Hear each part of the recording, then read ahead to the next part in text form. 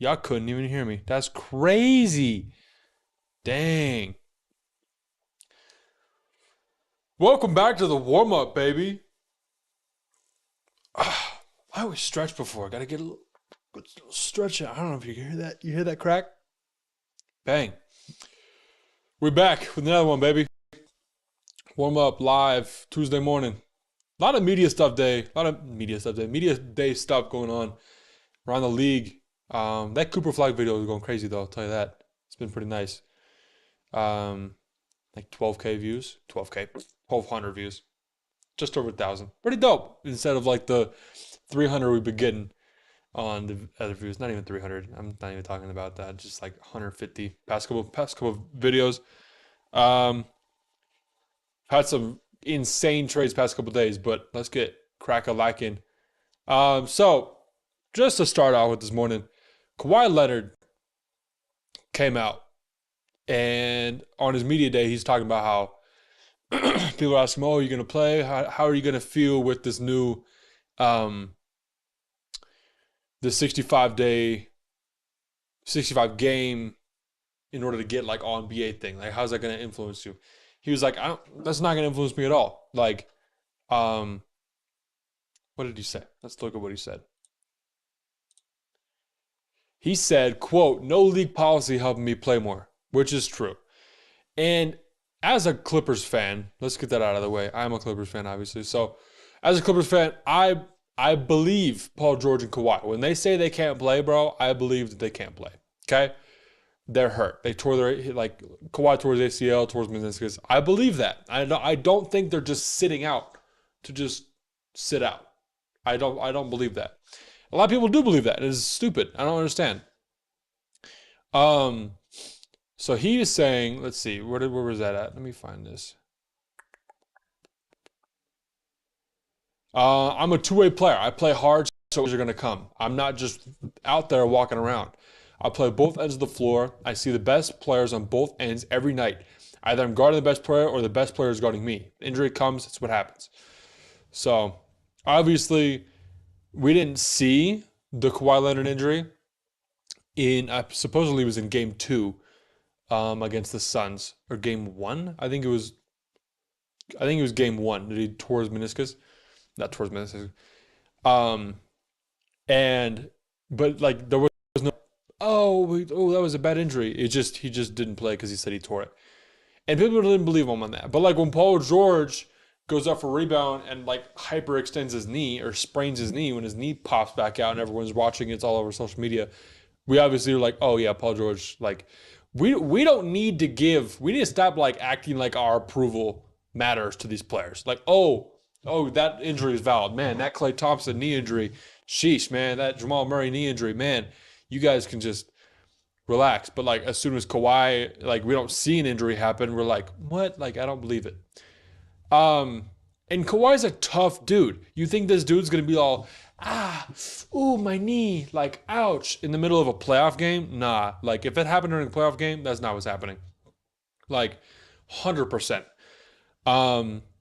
Like, I don't understand, bro. 2019, okay? We were comparing Kawhi to Michael Jordan in terms of like everything, like build, play style, and like especially mentality, okay? Now he's just like gone soft. Like, I don't understand. That doesn't make sense to me. He was that dude. 2019, full healthy season, right? With the Raptors. What happens? Title. Boom, right? This dude was absolutely ripping the Suns apart in game 1 at like an away game against Kevin Durant and Devin Booker. Just destroying them, right? And that could be said for the game. I think it was 2017, I believe, when Kawhi was really high in MVP rating and voting on the Spurs, and they're up, I think, 2-1 against the Warriors in the playoffs.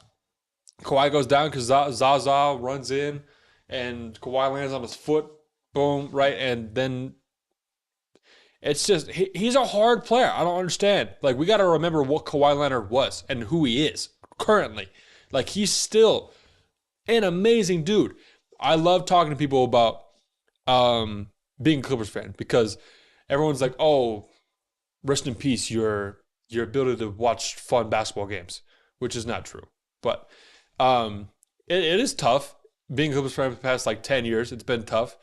But the best part about it is I bring up, we have Kawhi Leonard. And everyone's like, everybody, dude, I have not had a single person that has disagreed with that statement. They're always, no one has been, oh, Kawhi Leonard's not that good, blah, blah, blah. He's injured all the time.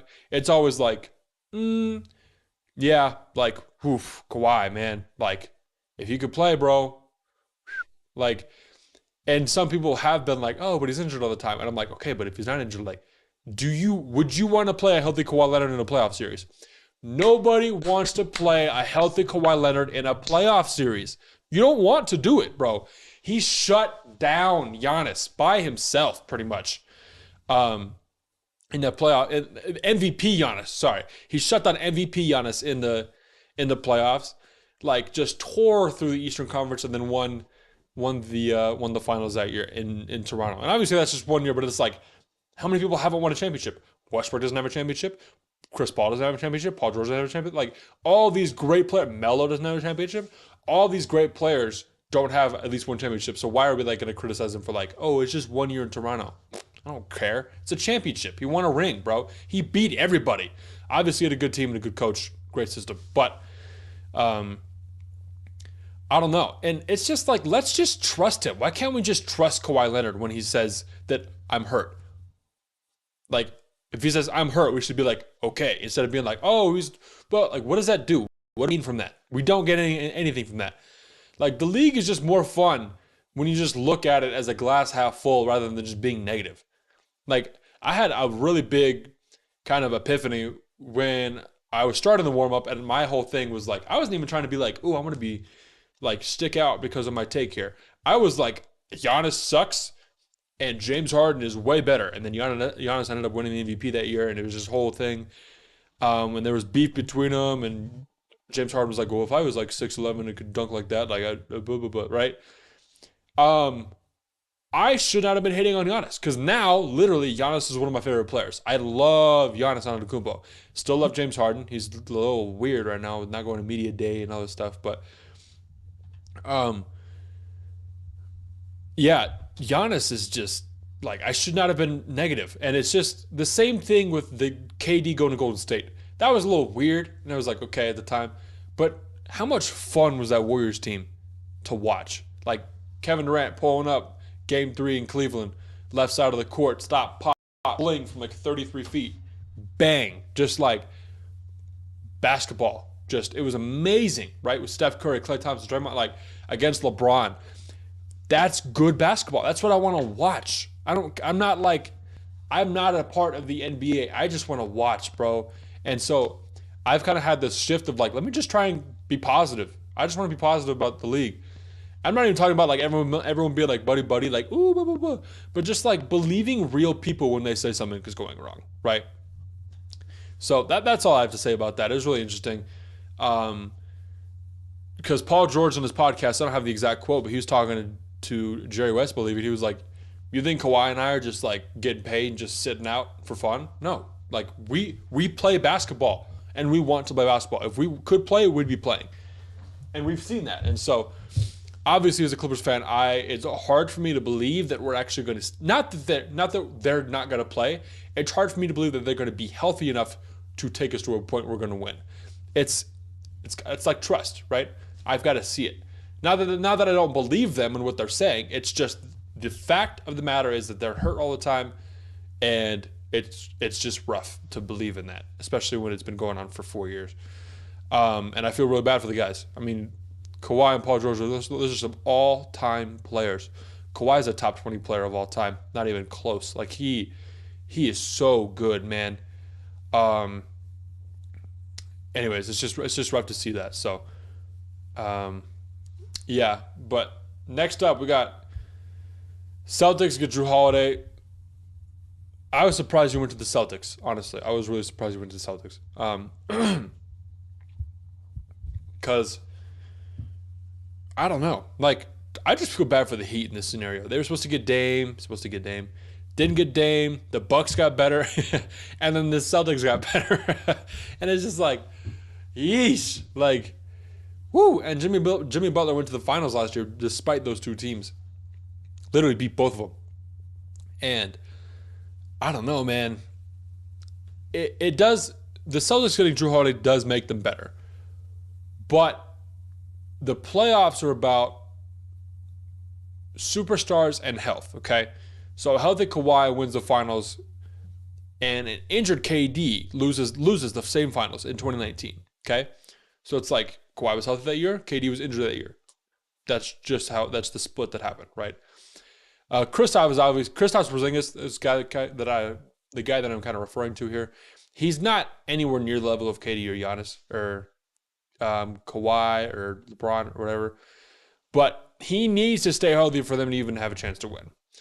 Because Tatum, Brown, and Jrue Holiday is a good team on their own, but like losing Robert Williams, who also was injury prone, but Rob Will played a lot of the playoffs. It's like, and then you got an aging Al Horford, and it's like you don't have a front line, man. Like, and you want to play Giannis, and then Dame. Like, I don't know, man. Like, that's rough, right? So, and like, even in my opinion, even if he plays every single game, I don't know if Porzingis is the answer to stop Damian Lillard and Giannis Antetokounmpo, who are on the same team. That's like, every time I think about that, I'm like, wow. Like, I haven't felt something like this since KD went to the Warriors. Like, there have been a bunch of pairings, like LeBron and AD since then. Whoa, that's cool. Like, Kawhi and Paul George. Oh, wow. Like, Lillard and Giannis. Whoa. Like, that's a big deal. And so, I don't know if the Jrue Holiday is enough to put them over the edge of the Bucks to get to them in the finals. And then, once again, like, you're probably going a better center once you get to the finals. You're going to be playing Jokic. You're going to be playing probably Anthony Davis, potentially, right? Like, and Porzingis and Horford is supposed to do that? I just don't have enough belief in their front line, especially if Porzingis gets hurt. If he gets hurt, it's wraps. Nobody's stopping Giannis at that point. You got Jason Tatum playing the 4. Good luck, buddy, against Giannis and Brook Lopez.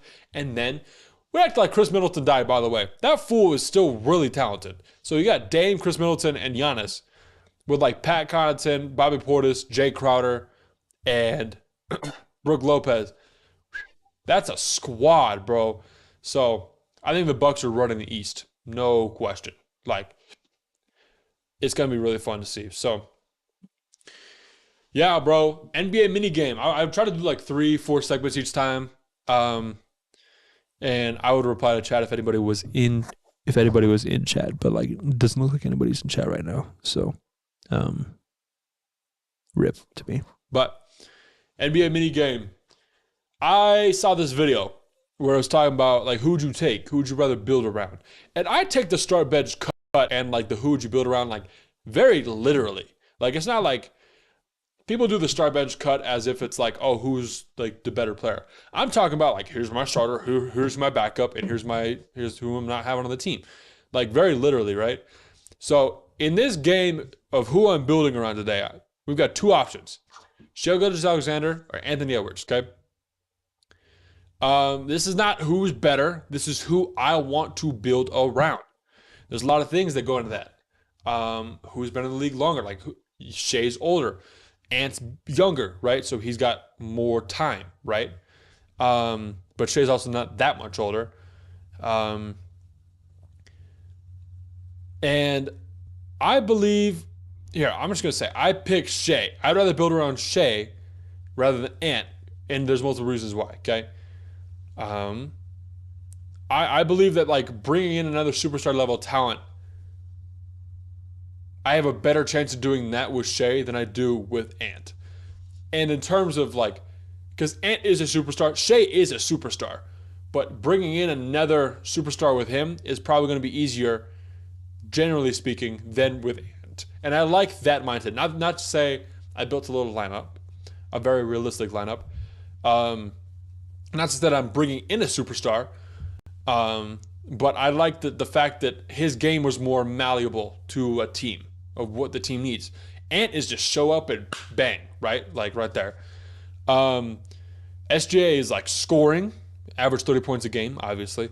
His passing is really good, and his defense, right? Just amazing, right? He came into the league a guy who was just going to pass and play defense like long, and he turned into a scorer, which I never saw. I mean, the Clippers drafted him, and I was really happy about it. But Ant is younger, and he came into the league as a top guy. Shea didn't do that. He was just kind of like a great defensive pass-first kind of player from Kentucky. He's morphed into like everything that I just said and more, right? He's been amazing. So, yeah, I think I'd build around Shea. And here's the lineup that I picked to build around Shea, okay? And very realistic speaking, right? It's not like a fantasy team. I'm thinking about, I'll explain. Point guard, Josh Giddey. They already play with each other. If I am the GM right now and I'm building a team just around him, I'm bringing back Josh Giddey because they already play together and they have a phenomenal kind of tandem going on, right? So you got Giddey to 1, Shea to 2, obviously. And I threw Cam Johnson at the 3. I think that would be a phenomenal pairing. He's a guy who can just catch and shoot and plays exceptional defense. Right? So imagine Giddey with the ball. You got Shea and Cam kind of out the wing, and Cam is like 6'10". What is he? He's tall and just lengthy. And then defensive end, you got to deal with Shea, Cam Johnson. Power forward is going to be Chet because I like the idea of Chet, and he's already he's already buddies with him. So why would I in a real life scenario? I want to bring Chet in if they already know each other, right? And they've kind of played and practiced together. I'll bring that boy in, right? And then center, I got Brook Lopez, guy who's doesn't need the, hey, give me the ball. He catch shoot from 3, big defensive, the defense on this team is insane from the starting lineup. Brook Lopez, Chet, amazing rim protectors. Cam Johnson, phenomenal. I almost picked Mikal Bridges, but I think Cam Johnson's a better fit, more catch-wise, because if this would have been like 2 years ago and Mikal Bridges was still in the Suns, kind of still playing his role, I think I would have picked him. But now, realistically speaking, he has a bigger role. And so I wouldn't want to bring him from a bigger role back to kind of where he was at. And I think this team would be really freaking good. So maybe I could have picked one for Ant too. But I really like that idea of this team. Really good, just defense, scoring. I mean, you could get Shea average 30 points, 10 assists. Giddey, maybe not 10 assists. Like 37 and 6 or something like that. Giddey, quick triple-double, low triple-double. Cam, 15 points a game. Chet, couple blocks a game, couple threes a game. It's going to be interesting, by the way, to talk about Chet later on, see how he's doing. But yeah, man, I love that team. And I like Shea. Shea's one of my favorite players going into this season just in general. I think he's going to have a shot at MVP just from his individual stats and how he's kind of carrying himself. He scored 30 points a game without even really saying a word, Whereas guys like Luka kind of meh, and I like Luka, but a lot of drama in the league. Shai Gilgeous-Alexander was not one of those guys. Neither was Ant. Ant was not one of those guys either. Ant shows up and plays freaking basketball. Love that guy. And I would say that I like Ant more than I like Shai. I'm going to be honest. Literally, Ant, check this. This photo is literally on my desktop right now. Oh, that's mad awkward. Yeah.